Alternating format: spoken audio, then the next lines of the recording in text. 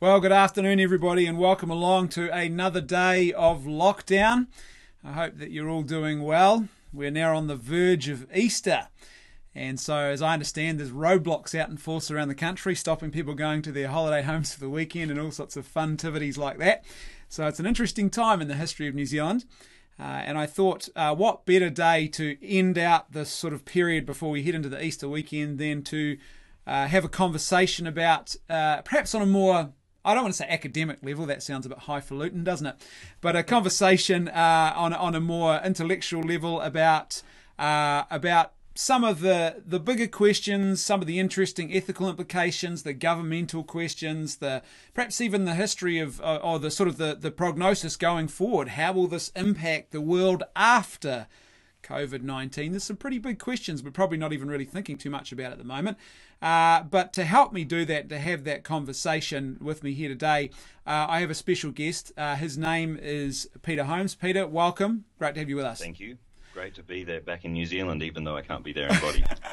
Now, this is quite funny times, isn't it? Intriguing times, really. Before we get into the meat and potatoes of what we want to talk about today, let's just start with a brief introduction from yourself. Tell us just in a couple of sentences about who you are and what you do and what your background is. Brief sentence. I began life as an evangelical, have a brief foray a couple of years into Pentecostalism, was a Lutheran for 13 years, which included being a Lutheran minister, ordained, and then became a Catholic and have been a Catholic now for 20 years, and teach in the University of Notre Dame. I teach scripture and marriage and sexuality there. And my main claim to fame is that I'm a guest lecturer at Hearts of Flame in New Zealand. So. Which is where we first met, right? Wasn't it? Indeed. In fact, we shared a cabin, I believe. Yeah, we did. Yeah, that sounds a bit weirder than it actually should. Pete, sorry, I'm just going to put on my earbuds. Should have done this before. And do a little bit of technical trickery here with the sound so that everyone's not getting blasted twice with you. While we're doing that, just talk to the person beside you. Right, there we go. Right, now we're back. Now, I want to tell a story about the first time we met in just a second, but before we do that, let's clear things up straight away, because potentially whenever you have this kind of discussion, what happens is people think that, because we're going to talk a bit about Orwell and some of the potential ramifications of all of this at a bigger level, straight away people start to go to the assumption, are you guys a bunch of conspiracy theorists? Are you saying COVID's not real? Are you saying we shouldn't be home? Neither of us think that, right? We're both in that same camp on that one, eh? No, absolutely. It's definitely a deadly danger. It's definitely a very serious threat, and it's definitely something which we're both compliant with the necessary precautions to make sure that we don't unwittingly spread this to other people. We're absolutely on board with that. The questions we're asking are questions about the future. We're trying to shape what does our response look like long term, and what we want to make sure that we don't end up with a society that we accidentally slide into something that's not good for our society. That's right. And it's interesting to me because for me there's a pretty clear ethical framework at play here. The precautionary principle would dictate that until we know for certain that there is not great harm by carrying on as normal, and lots of evidence is pointing to the fact that that is the case, then we should act with caution, and we should follow the necessary social distancing measures, because that's what the precautionary principle dictates. And so it's pretty clear to me. The interesting thing around that, though, that I find very intriguing from a study in human behaviour, if you like, is the fact that there's a little bit of inconsistency there, in the sense that normally we're all about personal autonomy. But now we've suddenly rediscovered the importance of the common good, and that my will isn't necessarily the most important thing when there's danger or a death involved. Yeah, and the principle of why do you care if it's my decision and it's only affecting my life? Why should you be able to dictate to me what moral principles I have to live by? As you say, once there's a virus involved, everyone realizes there's actually quite a serious principle of communal responsibility, and that my personal fears aren't necessarily just about me, and the way I affect other people matters, and the way it's particularly, and this is what's interesting about this crisis, particularly that the concern for the most vulnerable in our community has come to the fore, and this is the main concern, because they're the more in danger, if you like, from this virus. It can affect any of us, but the most vulnerable in our community. But this is the sort of thing you and I have been saying for some time, Brendan, that the most vulnerable in our community are the ones that we want to protect, and that the laws we're fighting for and the regulations and the attitudes we're fighting for are about protecting those most vulnerable people. So I'm actually, in some respects, greeting these things with a wry smile and thinking, well, okay, if it took this to get it, then that's good, but it's a shame that so many people had to lose their life and have their life threatened to get to this point. Yeah, it's interesting, isn't it? In our country, in New Zealand, just only a couple of months ago, we had a very dangerous piece of legislation, a euthanasia bill that was passed. It's waiting on a referendum from the public before it finally gets passed. But the interesting thing was the primary argument against that bill was the risk to the vulnerable members of our community of premature death. And that risk still remains. And it's interesting, the politicians who voted that through in the majority, I think there was no connect there. They didn't connect that this would ever affect them because they're in a position of autonomy and strength and privilege where they're never going to be probably in that vulnerable category. Certainly they don't feel that way at the moment. That might change in a few years. However, now there's a virus and everyone suddenly realised, oh gosh, no, autonomy is actually good and important, but it is secondary when it matters. Yeah, so we're all at the moment about 1 week away from an ICU machine. Yeah. As in, there's potentially we're all 1 week away from being in that position where someone else is making a decision over whether I live or die, and whether it's worth the effort or the cost to try and save my life. And that puts us all all of us in that vulnerable position. And I think it's an opportunity to think through these questions again from the point of view of not what I would want for somebody else, but what I would want for me. It's the ancient principle: do unto others as you would have them do to you. And when we're talking about other people's lives, sometimes our temptation is, when we see other people suffering, is to put them out of our misery. To sort of, their misery is something we suffer greatly watching someone suffer, and we just want that bit to end. But the perspective of being in that chair, being in that bed, is a different perspective. And I hope that this wakes us up to that and makes us feel, I mean, clearly there are some very difficult decisions that medicos have to make in very difficult circumstance. And the Catholic Church acknowledges that, and we have an understanding of end-of-life ethics, and quite a subtle and gentle one. But in terms of actively taking people's lives, which is what euthanasia is about, the decision-making there seems to be a bit ad hoc. Lots of people who are voting on it in parliaments seem to have this best-case scenario in mind. Oh, it's my gentle, beautiful desire. I have no interest in the inheritance.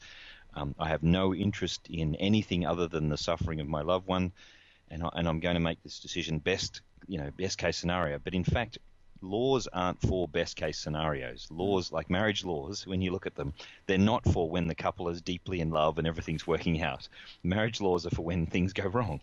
And laws about euthanasia shouldn't be set on a best-case scenario. They should be set to guard us against a worst-case scenario, against the unscrupulous relatives, against the people who don't care about things, or against the hospital who cynically want to empty beds more quickly and not have the cost outlay.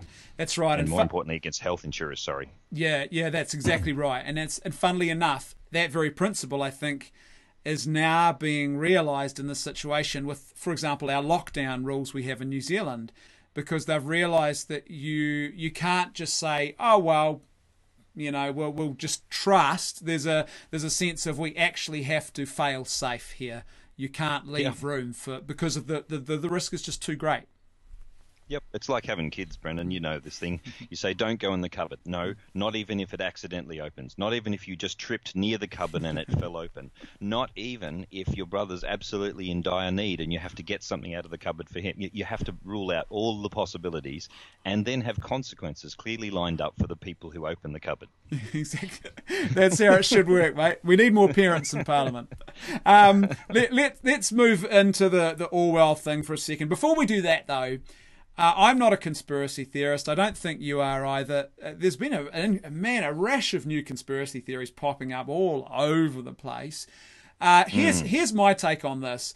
First of all, you need to ask yourself whenever you're confronted by a conspiracy theory, how realistic is it? So I had friends who used to try and convince me that 9/11 was an inside job, that they flew the planes into the building and it was all fake. And I always used to say to them, stop and think about this for a second. First of all, the number of people would have to be involved in keeping that secret, and human nature doesn't work that way. The more people in a conspiracy, the sooner it gets exposed. Secondly, where are all the people who got onto those planes those mornings? On that morning, where are they? You know, and it's like once you start asking the simple questions, you realise, oh, this is a bit implausible. But at a time like this, these things can really flourish, right? Because we're looking for answers, we're afraid, and we sort of want a bit of certainty, don't we?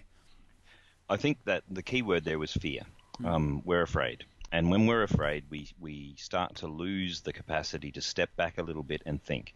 And the word panic comes shortly after fear. And the worse the danger gets, the more panic sets in, and we start grasping at straws, ways to control things which are uncontrollable.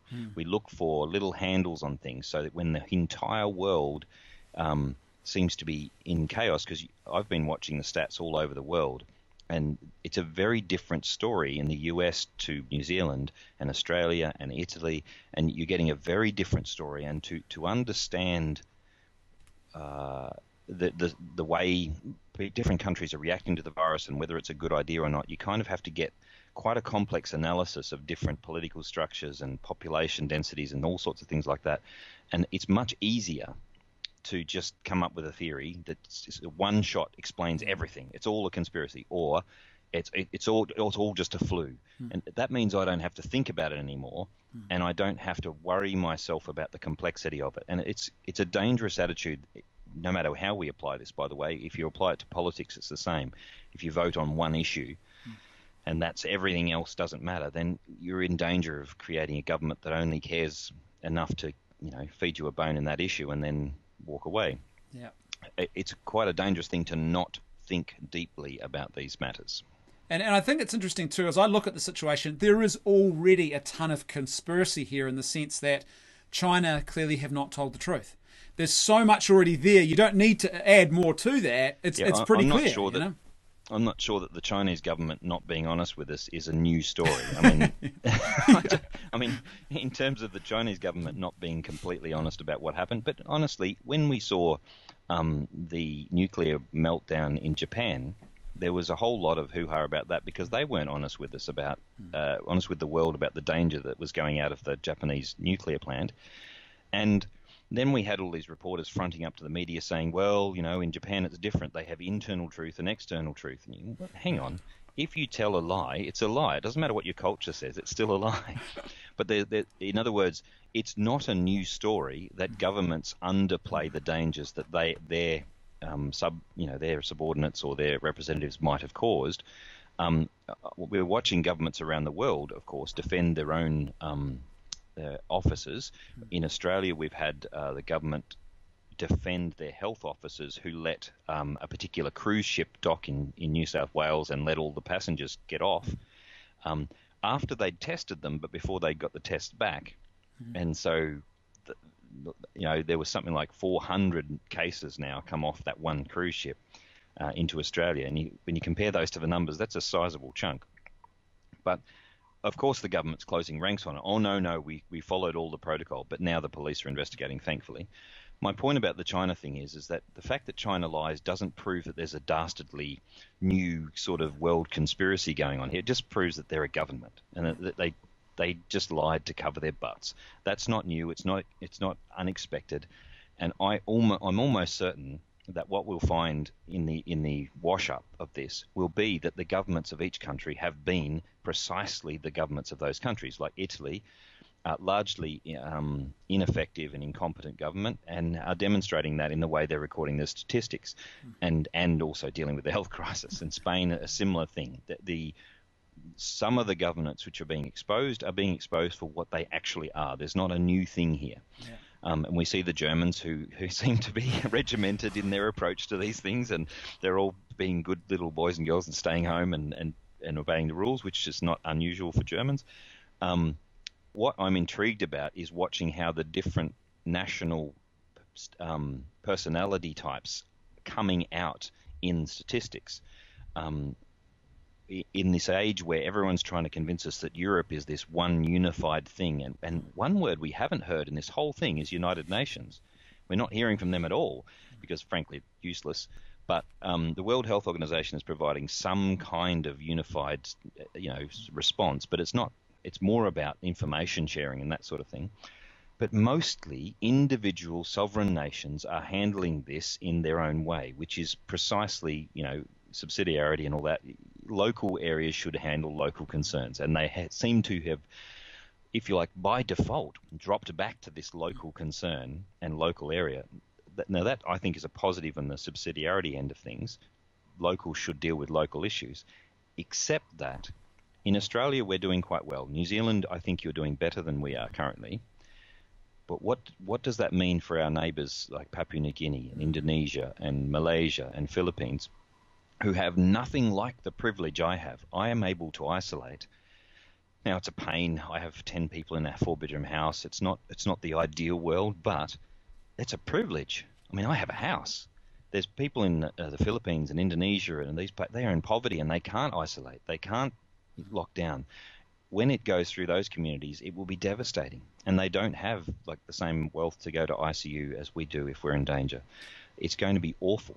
And my only concern in this situation is that we're so concerned with locking our own countries down that we may be, in our fear, locking away our normal concern for other countries and people less fortunate than ourselves. Yeah, I've had a great comment come in. Before I get to that, though, I will say that the funny thing is about the China, the information or the lack of information, and I think that inbuilt thing with communism too is it has an inbuilt flaw that it has to present a better face to try and compete with capitalism, right? So there's a flaw inherent in there already.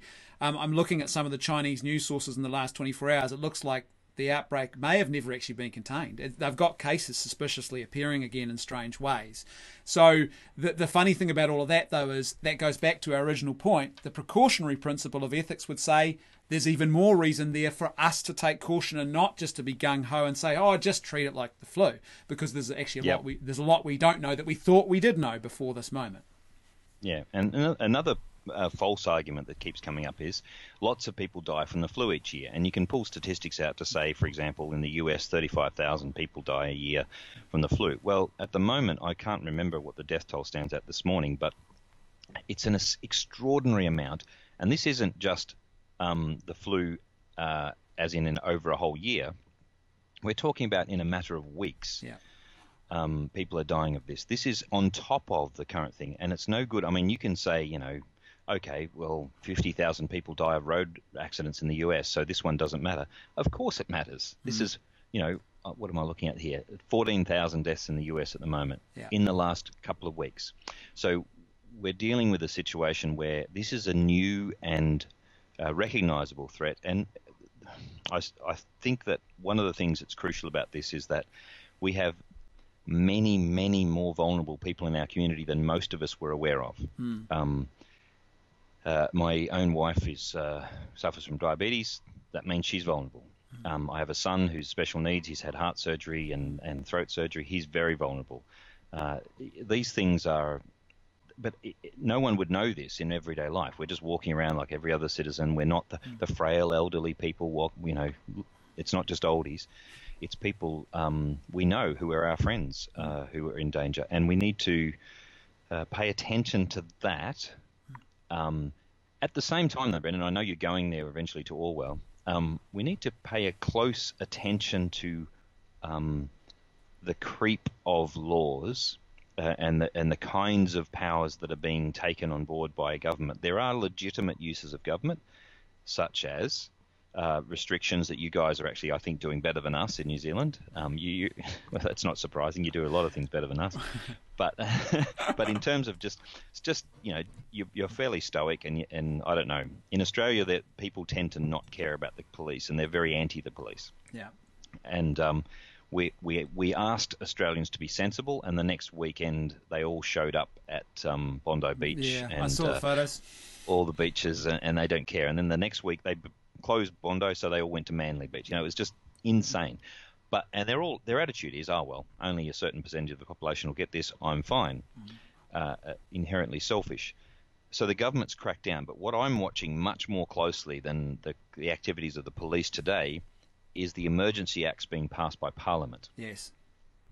To implement new emergency powers. Well, let's talk about that, because we did say we're going to talk about Orwell, so let's do that. Before I do that, I just want to say, add one comment to the discussion here. Father Mervyn Duffy from New Zealand has said, organisations which have trouble organising simple events are unlikely to be able to organise vast conspiracies. And that's a great point, because I know a lot of people say, the Catholic Church they got some supercomputer and they're spying on everyone. I'm like, look, if you've ever been on a Catholic parish, council or committee, you'll know how absurd that is. Yeah. I mean, so half of them still don't know what Facebook is, So well, the other thing is that the word organised religion is an oxymoron for starters. But in terms of, I've never met a religion that's organised. But the other fact is that the Napoleon quote, when Napoleon said apparently to an archbishop, well, I'm going to destroy your church, and then the archbishop said back to him, well, not even we've managed to do that. Mostly the church has been in a self-destruction mode for 2,000 years, and only the grace of God has kept it going. In terms of another thing Napoleon said is worth remembering in this case. He said, never ascribe to malice what can be adequately described by incompetence. In other words, you don't need to find a big conspiracy theory to show why everything's fallen apart. Yeah.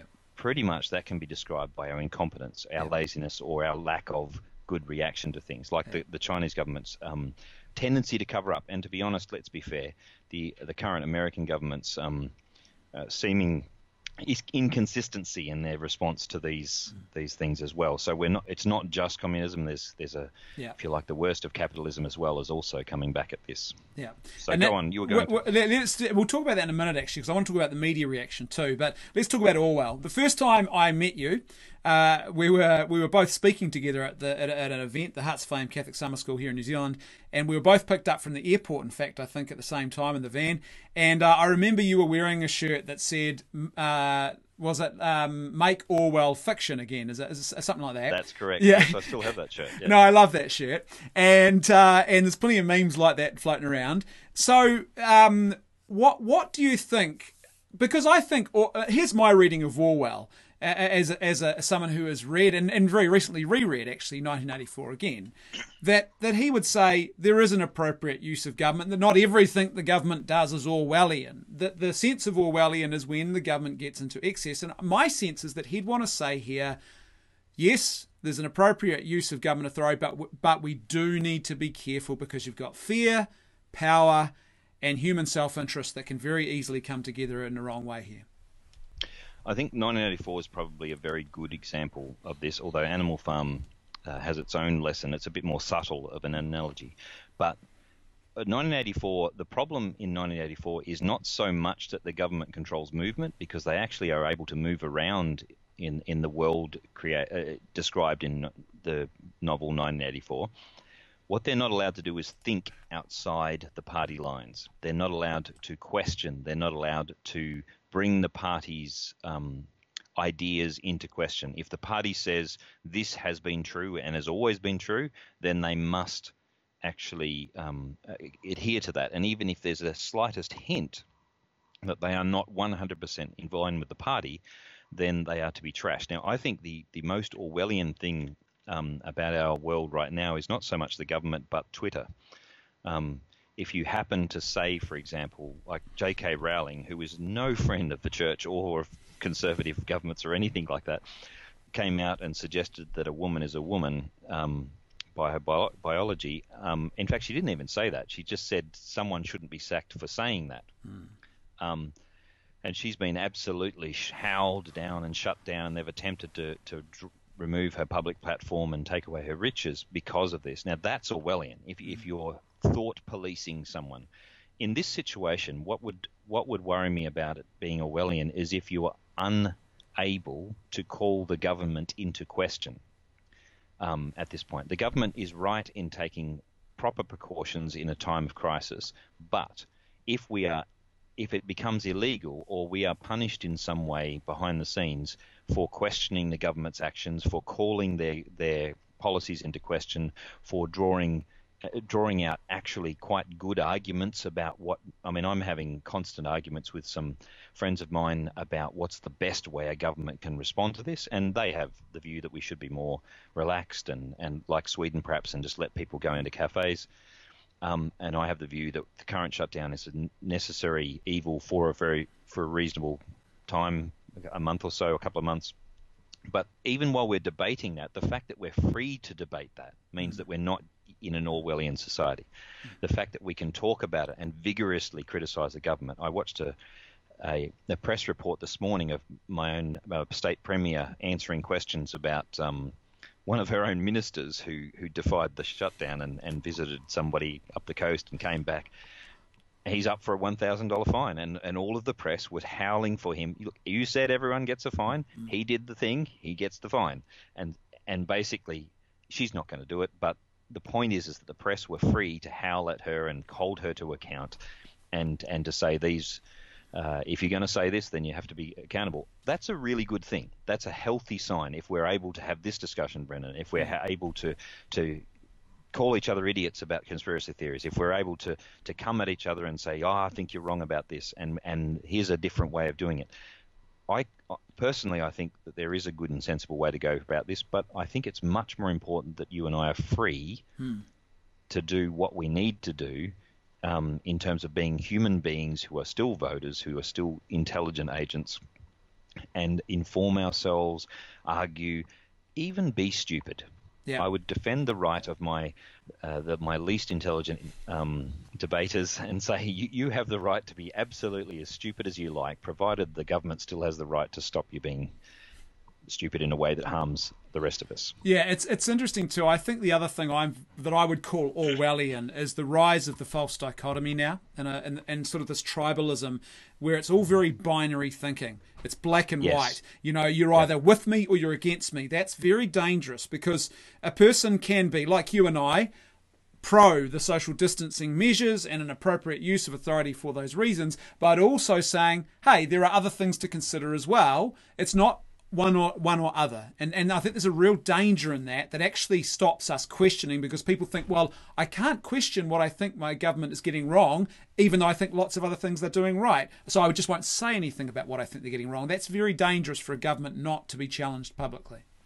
Yeah, and another thing is that on the tribal thinking is that once we've decided one person's on the other team or on our team, the tendency is to either give them a free pass on everything they say if they're my team, or to be ultra critical of them if they're on the other team. So an unfortunate example of this recently is that Cardinal Pell was released from prison after being deemed not guilty of all charges against him. Now, the response to that has been almost universally on the basis of what people think of the Catholic Church, not of the actual crimes. I think I can count on two hands the number of people I know who've actually read the case and read the judgment itself. Most people are reacting on either they think he represents the church and is a good thing and therefore everyone should just go away and everything's perfect about the situation, or the people who wanted to see him punished for the crimes of the Catholic Church and therefore going that way. Now that's an example of quite stupid tribal thinking. Either way, and I've actually told some Catholics off this week for saying, you don't make this into a triumphalism. Make it about an innocent man who's been found innocent by the system. Hooray, that's great. Don't make it into a culture war thing.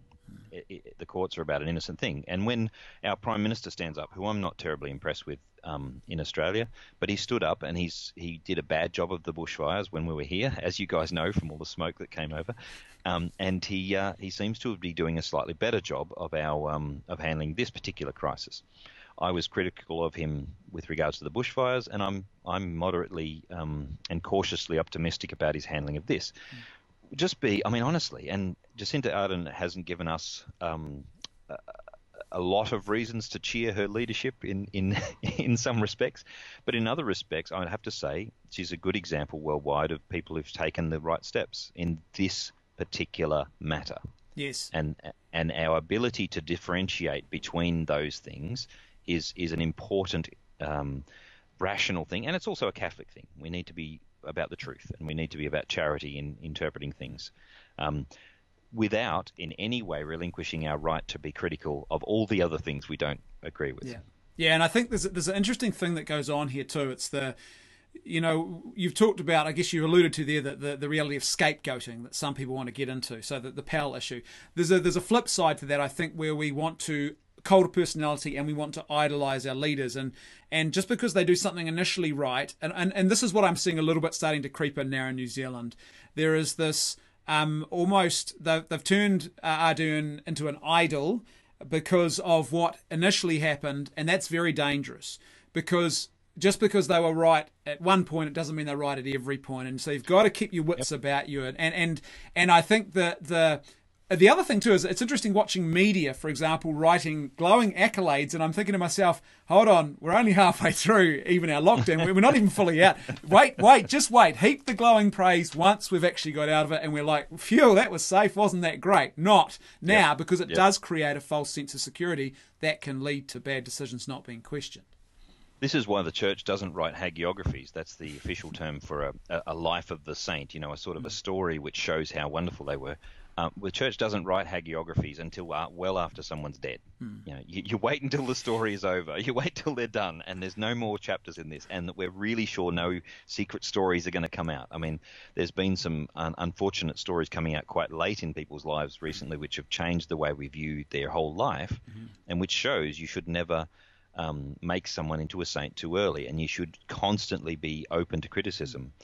One example, if I'm allowed to mention specifics, is the founder of L'Arche community, which is a Catholic community which, honestly, if you had to pick someone who in their life looked like a living saint, the founder of L'Arche created communities around giving dignity to disabled persons. He by the way, carried on a ministry from someone before him, so he didn't invent it, but he carried that ministry on. Seemed to have been doing amazing things, and yet it turns out was using his status for his own gratification. Now that's an excellent example of us being tempted to lionize someone, to make them into a living saint, when we shouldn't. We should have been equally as cautious and critical as any other person. We can, of course, look at someone's life and go, well, is this consistent with what we know of them? Then we can, you don't want to be I don't want to be walking around thinking everyone's a pedophile or everyone's an abuser or everyone's a criminal. But you need to have the same level of critical analysis of everyone. And we're all subject to all the same scrutiny. And frankly, if we all kept thinking, this is my big thing, if we're all thinking, honestly, a lot of the problems would be resolved, because there might be a lot of us thinking silly things, but if we're thinking, we're not going to be swept away by the latest media thing or the latest conspiracy theory, because if someone says, oh, the Chinese government have made this to dominate the world, someone's got to say, what? Hang on. What are the probabilities? What would you have to do that? How many people would have to be? Well, I think you mentioned, was it before we came on air, about the how many people would have to be involved in this conspiracy to make it work, and how probable is it that they would all keep quiet? And it's well, even the stupidity of the sense that if you were going to unleash something like this, you wouldn't unleash it on your own people, and that would be the dumbest way to go about this. You'd send it offshore. So I think this is good old fashioned incompetence that's led us to this point. Really, Having said that, there are a number of different people who've taken advantage of the situation, and you don't need to be a conspiracy theory to show that. Unfortunately, what we're seeing revealed here, not so much in New Zealand, I don't think, or maybe I'm being naive, but in Australia, what we've seen is that the thin veneer of social order, when it was scraped away by something, even the fear of COVID, COVID hadn't actually hit our shores really. Suddenly, we had knives being pulled in supermarket aisles, and someone had to be tasered in a supermarket aisle in Brisbane to calm them down after a fight about toilet paper. Now, I mean, honestly, toilet paper is about the most first world problem I can think of in terms of food. I can understand, but toilet paper, it's not the end of the world if you have to find some broad leaves or something. But the whole idea of us pulling knives before the virus even got here was just an absurd overreaction to these things, and people's fear, I think, stripped away this illusion we have that this this so-called moral society can survive without some sort of faith. Yeah. And we've been cruising now for some time on the residual moral habits, shall I say, of a society which used to be Christian. And now, as soon as something big has tested us, it's not even that big, to be honest, compared to things like the Black Plague or something like that. This is serious, but it's nowhere near as serious as other things which wiped out, 40% of the population. Yeah. But we've now been tested in some respect, and we've been found wanting. Our civil responses have been not at all moral. We've been very self-centered and very, very about power. I saw a meme from the US which said, if you don't own a gun, you're just collecting supplies for someone who does. I thought, goodness gracious me, and that was shared by a Christian. I thought, gosh, is that where we've come to? Well, look, I've been saying this for a while. I have a presentation that I give about the loss of authentic community in the West, and it's been one of my most requested presentations around the country and around Australia as well, wherever I go, and the response to it has been overwhelming everywhere. People who are starting to think about this are realizing, we have lost authentic community. And you're right, that unifying vision of reality that Christianity gave us has been stripped away, and it's been replaced with relativism. And relativism puts everyone into their own little ideological silos. And then when order breaks down, that you can get away with that. It's not fine, but you can get away with it while everyone's comfortable and you've got an established order and there's no crisis. But once order breaks down, that then becomes a power struggle. And I think that what concerns me is not so much here and now, but as the economic implications start to roll in, as the bigger global picture for the next 18 months, I think we're going to experience in the West that loss of community we've been suffering under for several decades is going to manifest itself in ways that are going to be very uncomfortable for us.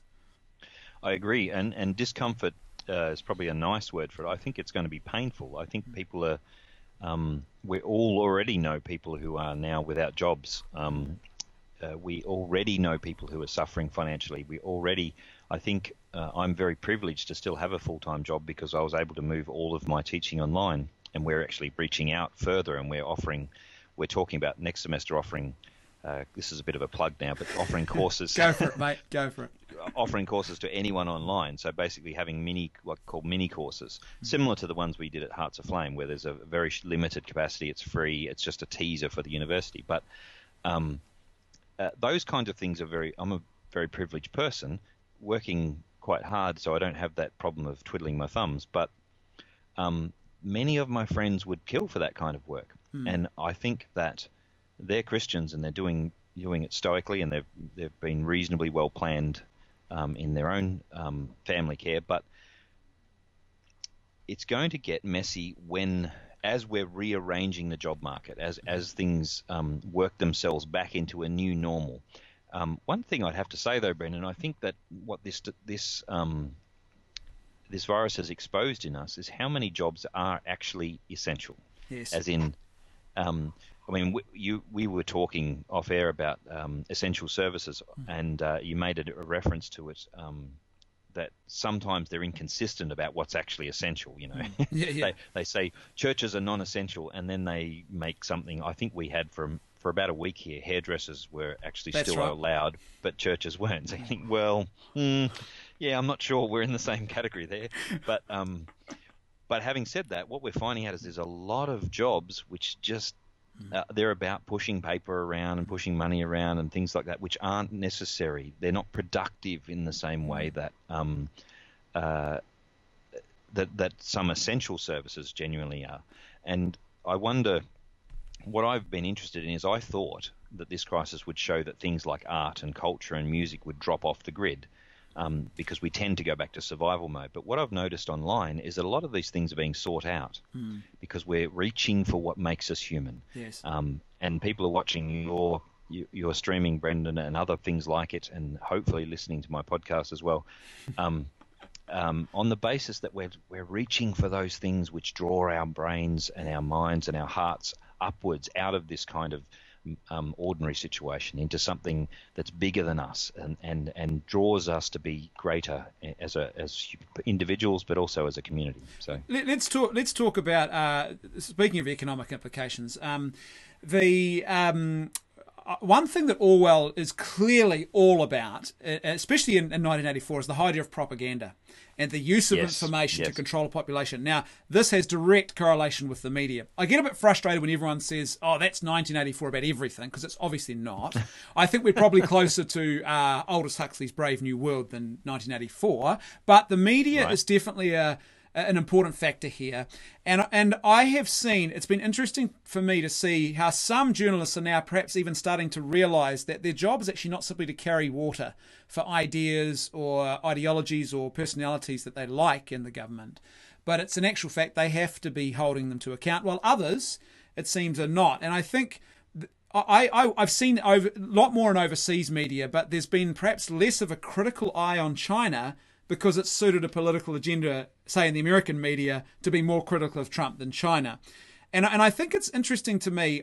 I have the sense that there's even this sort of there's some people there who they're frustrated by what they see as the failures of capitalism and the weaknesses of it, because it does have weaknesses. It's a good system that serves us well when virtue is at the heart of it, but lately virtue has been dispersed in a lot of areas.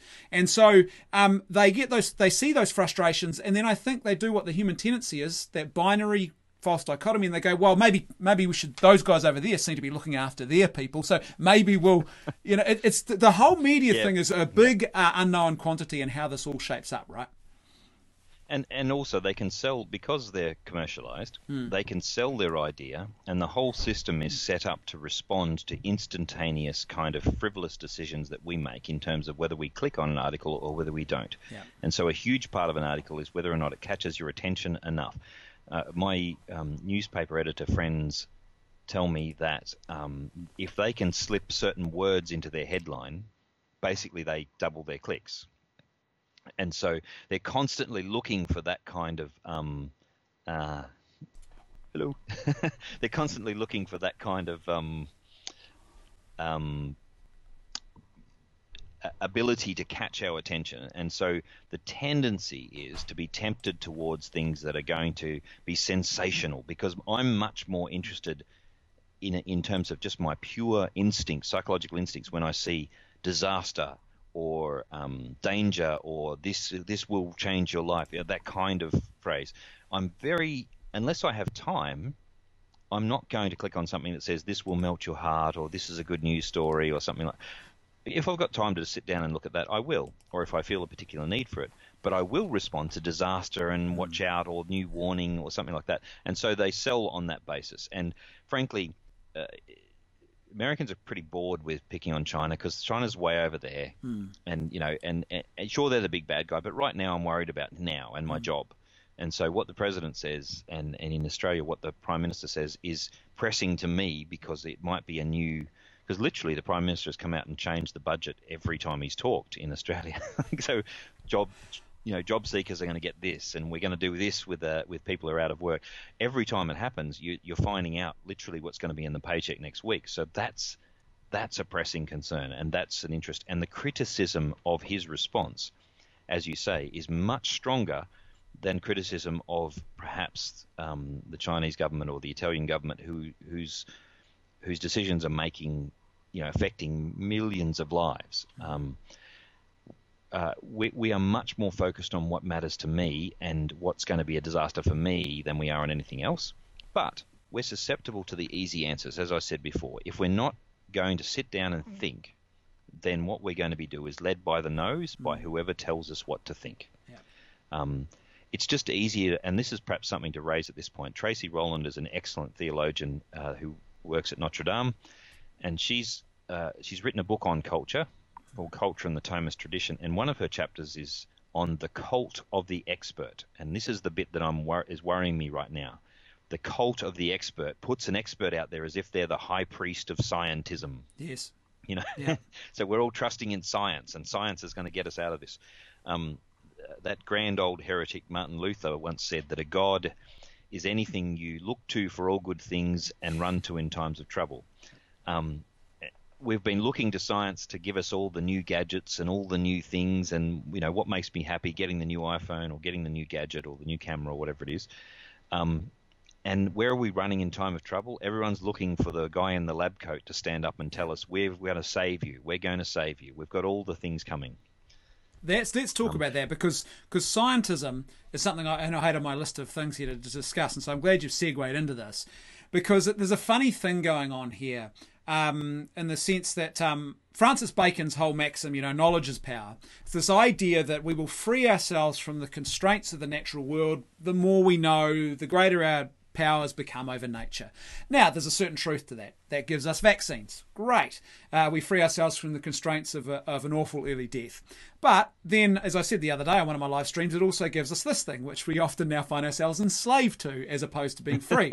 Now, here's the interesting thing about all of this, that the reality is that there's a mix of good and bad in this, in the sense that the technology that gave us air travel and massive open borders on a scale that we've never had before is the very technology that allowed this thing to spread out so fast and do so much devastation. Our scientists, who not only were they not able to predict this, but even a lot of the experts now were just only a couple of weeks ago saying, it's okay, it's not that big a deal, because their failure was that it's not that they were inherently bad, it's just that the data they were working with was not complete. They don't and can't know everything at any one time, right? Yeah. I mean, I'm a pessimist, so I have a joke with a friend of mine. He's always slightly disappointed with the world, and I'm always slightly delighted with it, and I smile a lot. And I think it's because I'm a pessimist and I'm constantly surprised when everything doesn't go to poo.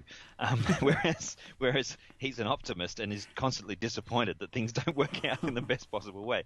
But because I'm a pessimist, I saw as soon as the Chinese news came out, I was preparing my family to deal with this very precise situation. But then again, I have to admit that I've done that once or twice before in an unnecessary way. So in other words, I've prepared myself for the possibility of something without it becoming an eventuality. So I'm not saying I'm an all-wise prophet on this, but it just so happens that those of us who are pessimists could look at this and go, this is actually quite serious. We should take reasonable and rational precautions. And I think, Brendan, one of the conversations you and I had, I think the second conversation we had, was I asked you, how would you survive a lockdown?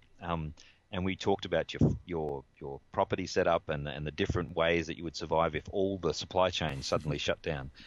This is the kind of thinking that I think most rational people should have, not as survivalist nuts, and don't go building a bomb shelter and wear a tinfoil hat or anything like that. I'm talking about just honestly, we place so much unthinking trust in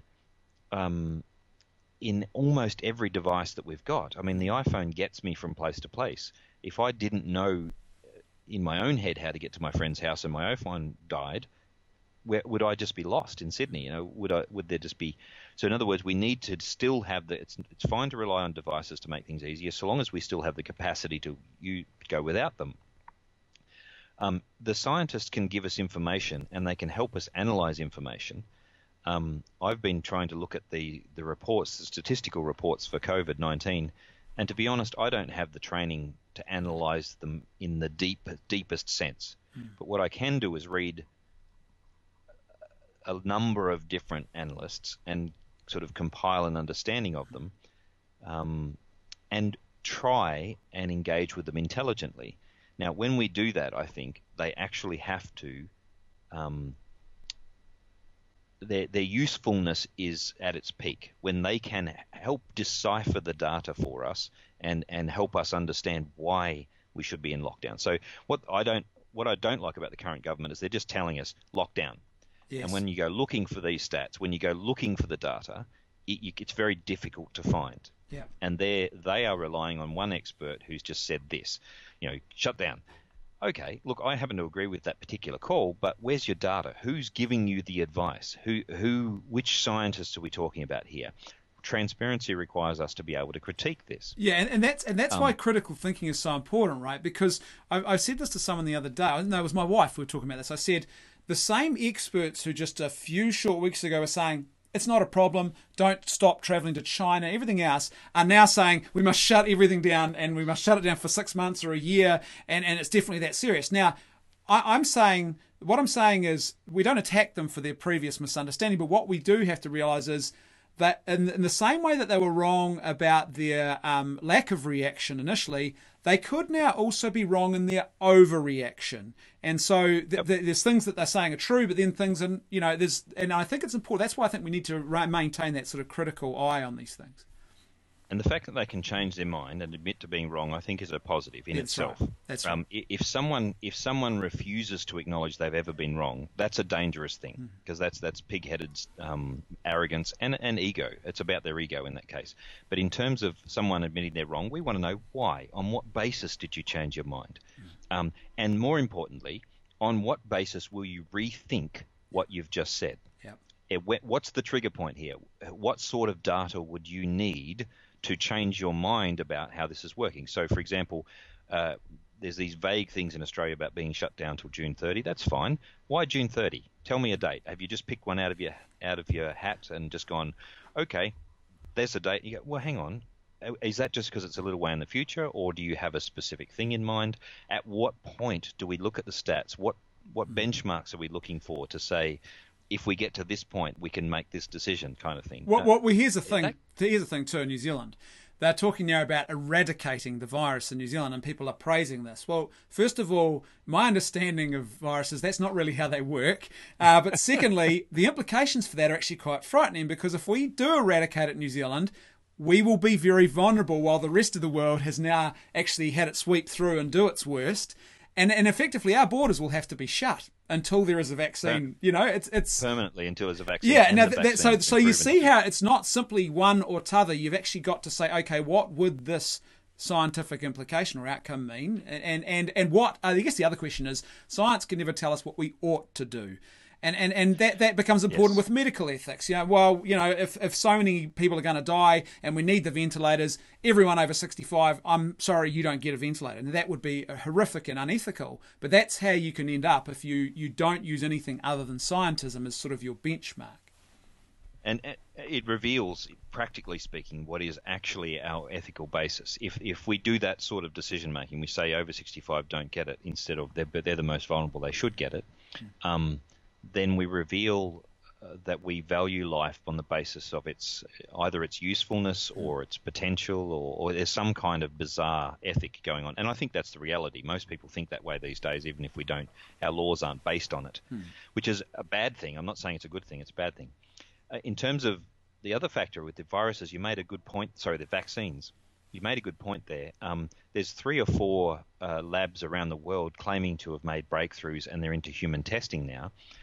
What I'm concerned about is that, understandably, governments are pushing quite hard for this testing to be sped up, which is completely fine. And provided all we're shortcutting is the bureaucratic red tape, I'm okay with that. But what I'm watching really closely is whether or not they're shortcutting the proper processes of testing, like the protocols of testing, to make sure that we're not going to find ourselves with a massive problem down the track, because we've just immunized several billion people and there's a glitch in the matrix and 10% of them have got something else. One of the problems with that is that actually an Australian lab have created an entirely new way of making vaccines, and they're testing it on this particular thing. So there's a new approach to using the protein of the virus itself to creating the vaccine. Now, that's a very exciting thing, but usually when you invent not just a new vaccine but a new method, it would take about double the time to test it, in terms of testing out its capacity and the dangers of it. Is there any unexpected side effects, that kind of thing.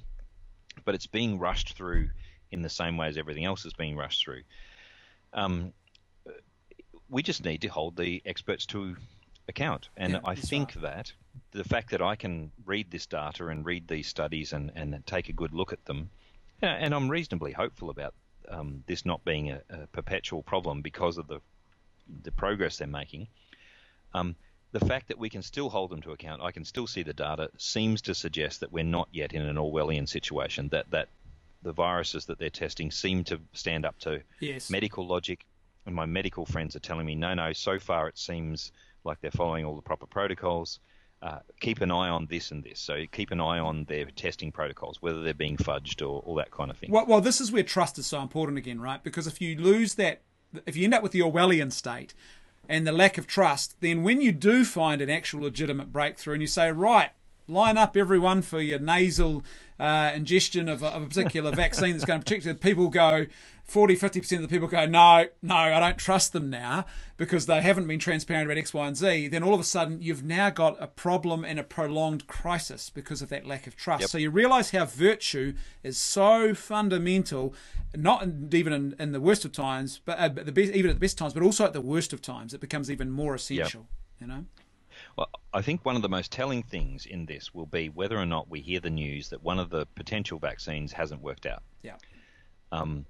There's such a huge incentive to claim to have won the day and got the vaccine for governments, but there's also a massive financial incentive. If you think about it, if you're the first company to invent the vaccine that knocks COVID-19 on the head, and you can sell that to the world, there's trillions of dollars to be made out of this. Yeah. Trillions. Just unthinkable. And there's no, I think we're being naive if we think that a company's not going to fudge it. Yeah. Or even take the risk of lawsuits which could come back at them from 1% of the population, if they think that there's a chance that they'll get a piece of that action. Yeah. So I think our examination of that particular process needs to be extraordinarily careful because the incentive to misbehave in that area or fudge results is so great. Having said that, again, I can read all the reports. There's no attempt to cover those up. There's no attempt so far as I can see, to be in any way Orwellian about it. I think, honestly, the most Orwellian things, it's ironically, have gone under the carpet a little bit. The very, very strong and hot debate that's going on between radical lesbian feminists and trans activists at the moment doesn't involve Christians at all. It's these two parties going hard at each other, which is about controlling speech and controlling pronouns and sacking people because they haven't used the right pronouns or things like that. That's Orwellian, but it's almost non-visible now when we've got this actual health crisis. Almost nobody's interested in it. Well, it's funny too, Harry. All of a sudden being a doctor of gender studies is nowhere near as impressing for society as being an MD actually is right now. Right? That's really important. What can you do for this person with COVID? Well, what's their gender? It doesn't do much. Yeah. So it's Hey, let's just wrap things up. Depressing. Sorry, no, you carry on what you're going to say. Oh, you're depressing me, Brennan, because my PhD is in masculinity. So, so I approve of that, mate. That's my male privilege speaking. Now, before we wrap things up, I just want to one last topic to talk about, really, and that is, what do you think the implications are for this going forward? Because I think this will be a game changer in some areas. And I see things like the question around China now is going to probably get a lot more attention. The World Health Organization, there's some very big questions starting to arise about the current leadership of that and whether that was helpful. There's economic implications. There's social implications. What are your sense? Do you have any sense of what the implications might be going forward? I think honestly, most people, as soon as the immediate danger is past, will go back to their normal grind. Unfortunately, that's human nature. They'd like to go back to their same Friday night parties and go back to their normal numbing activities that make them not have to think about life, the universe, and everything. But I think there will be a significant proportion of good people and bad who would think harder about what this means and what the planning of life should be. I hope what it does is it vastly increase the number of people who think about supply chains and about making ourselves much more local, that the local produce. I mean, frankly, if you have a local industry at the moment, that's a great thing. Yeah. If you're just down the road from a fruit market or a farmer or someone like that, that's an amazing thing. And I think when we've seen our very fragile supply chains under pressure, it's going to make us value the ordinary preparation for life, and also I think value our local economy and our local interest. I hope what it'll do is stop us running overseas for cheap slave labor and running overseas for cheap manufacturing. And I hope what we'll do is come back to our own countries and our own areas and really start to value that local industry and local productivity, and also just in our own house. I hope there'll be more vegetable gardens. I hope there'll be more orchards. I hope there'll be more people, with animals on their farm. And I hope what we do is actually take a new respect for the fact that we've just been assuming everything's just going to be handed to us on a plate, and we don't have to do much thinking about this. Yeah, and I share that hope. That's my hope too, that there will be enough people who realise we need to recover authentic community, and that includes subsidiarity, that includes localisation of things. I think those things, and also valuing the human person. And not just consumerism, but actual community and people, and communing with others, not simply consuming and things and them. And I think that's key. The one concern I have, I guess, is that this will be like a 9/11 moment, where you end up with people saying, well, what we need to do now is we need to have more phone-based tracking of people's movements and apps that will alert us if anyone's got a disease near us, and all those kind of things that in a state of fear people go, that's right, it'll protect me. But in actual fact, it ends up doing exactly what China's doing, ironically, Yeah. I agree. And the last thing I would say to this is I hope that this helps people reflect on what really matters. Family, friends, but most importantly, we're faced with our own mortality.